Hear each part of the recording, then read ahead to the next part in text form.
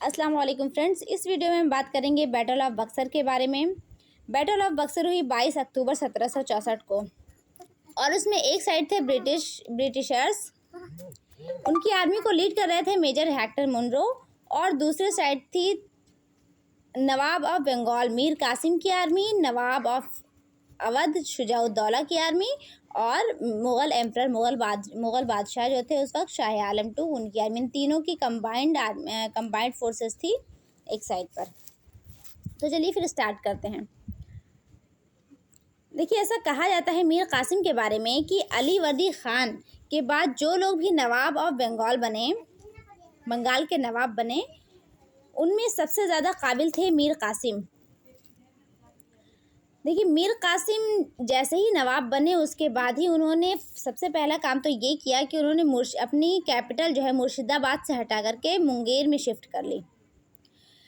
उसकी वजह ये थी कि वो चाहते थे कि मेरा कोई भी काम जो है ब्रिटिशर्स की नज़र में न रहे और ब्रिटिशर्स उनके अपने मामले में कोई इंटरफेयर ना करें। इसी वजह से उन्होंने अपनी कैपिटल को मुंगेर में शिफ्ट कर लिए, जो कि बिहार में है, ताकि अंग्रेज़ों से वो दूर रहें। और वहाँ पे उन्होंने अपनी आर्मी को स्ट्रॉन्ग किया, अपने आर्मी की स्किल्स को, उनकी एफिशिएंसी को बढ़ाया। तो चलिए उसके मुख्य कारणों के बारे में कुछ जानते हैं। ऐसे कौन सी सिचुएशन बनी जिसकी वजह से जंग की नौबत आ गई।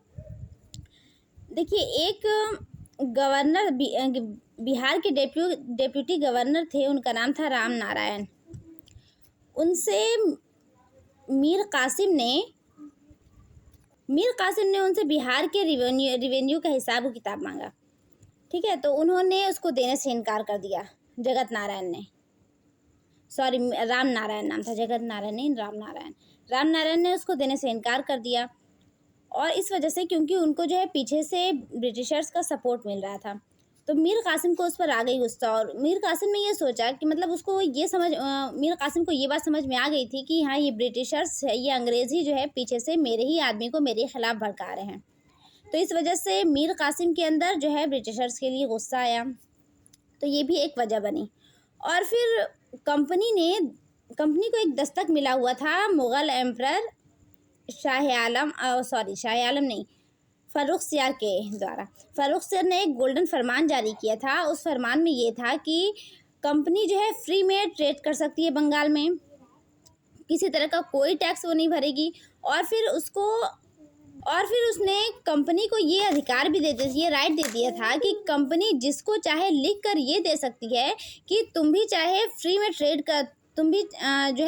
ट्रेड करो बंगाल में, किसी तरह का कोई टैक्स नहीं भरा जाएगा। मतलब जिसको भी कंपनी ये चीज़ लिख कर दे देगी, वो बंदा भी फ्री में बंगाल में ट्रेड करने लगेगा।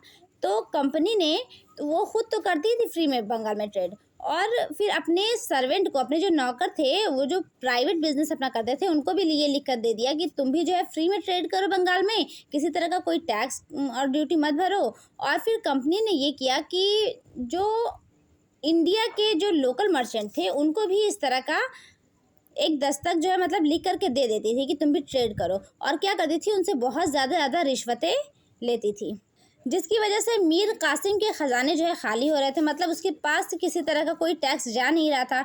तो अब मीर कासिम को आई अंग्रेज़ों पर गुस्सा। तो उसने क्या किया, मीर कासिम ने, कि अंग्रेज़ों से बात की इस बारे में। तो अंग्रेज़ों ने इस चीज़ को मतलब मना किया, इस चीज़ से रोका मीर कासिम ने अंग्रेज़ों को। तो अंग्रेज़ों ने मीर कासिम की बात नहीं मानी। अब आया मीर कासिम को गुस्सा। उसने सोचा कि मैं हूँ नवाब, मेरे पास किसी तरह का कोई पैसा आ नहीं रहा है, और ये है ब्रिटिशर्स जो है कहीं से आए हैं, जनाबे वाला, सारे पैसे इन्हीं लोग लूट रहे हैं।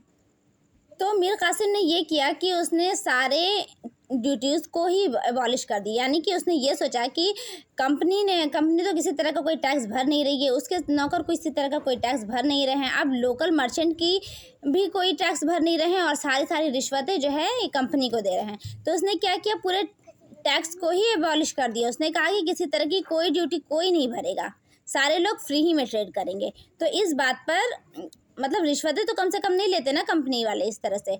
तो इस बात पर आ गई कंपनी को गुस्सा, और उसने भी जो है प्रोटेस्ट कर दिया नवाब के ख़िलाफ़। फिर एक जंग हुई, एक वॉर हुई दोनों के, मीर कासिम के दरमियान और कंपनी के बीच में 1763 में, जिसमें कि मीर कासिम हार गए और ब्रिटिशर्स जीत गए और उन्होंने बहुत सारे कस्बों पर कब्जा कर लिया। और मीर कासिम वहाँ से भाग कर गए नवाब ऑफ अवध है ना, हाँ, अवध के शुजाउद्दौला के पास। और वहाँ पे उन्होंने अपनी आर्मी और अवध के जो नवाब थे शुजाउद्दौला, उनकी आर्मी, और मुग़ल एम्परर जो शाह आलम II है उनकी आर्मी, तीनों लोगों की कंबाइंड आर्मी एक साथ हुई। और उन्होंने ये सोचा कि हम बंगाल से अंग्रेज़ों से बंगाल को आज़ाद कराएंगे। और फिर ये तीनों कंबाइंड आर्मी एक तरफ थी और बैटल ऑफ बक्सर हुई 22 अक्टूबर 1764 को। और एक तरफ से ब्रिटिशर्स, जिसकी आर्मी को लीड कर रहे थे मेजर हेक्टर मुनरो, और इस बैटल में जीत हो गई अंग्रेज़ों की। और ये तीनों लोगों की कंबाइंड आर्मी जो थी वो हार गई। बैटल ऑफ बक्सर के बाद पूरे इंडिया पर अंग्रेज़ों का पूरा वर्चस्व स्थापित हो गया। और एक इम्पॉर्टेंस उसकी ये भी है कि इसमें सिर्फ बंगाल के नवाब या फिर सिर्फ अवध के नवाब नहीं हारे थे अंग्रेज़ों से, बल्कि मुग़ल बादशाह जो थे शाह आलम II, उनकी भी हार हो गई थी। तो अब ये चीज़ पूरी तय हो गई थी कि अब कोई ऐसा नहीं बचा है जो इन अंग्रेज़ों को हरा सके। अंग्रेज़ जो है एकदम सबसे ऊपर है, उनकी आर्मी सबसे ज़्यादा स्ट्रांग है पूरे भारत में। तो फ्रेंड्स, अब इसके बाद जो है 1765 में ट्रीटी ऑफ इलाहाबाद साइन होती है, जो कि वो भी बहुत इंपॉर्टेंट है। अब नेक्स्ट वीडियो में इसकी बात करेंगे। अल्लाह हाफ़िज़।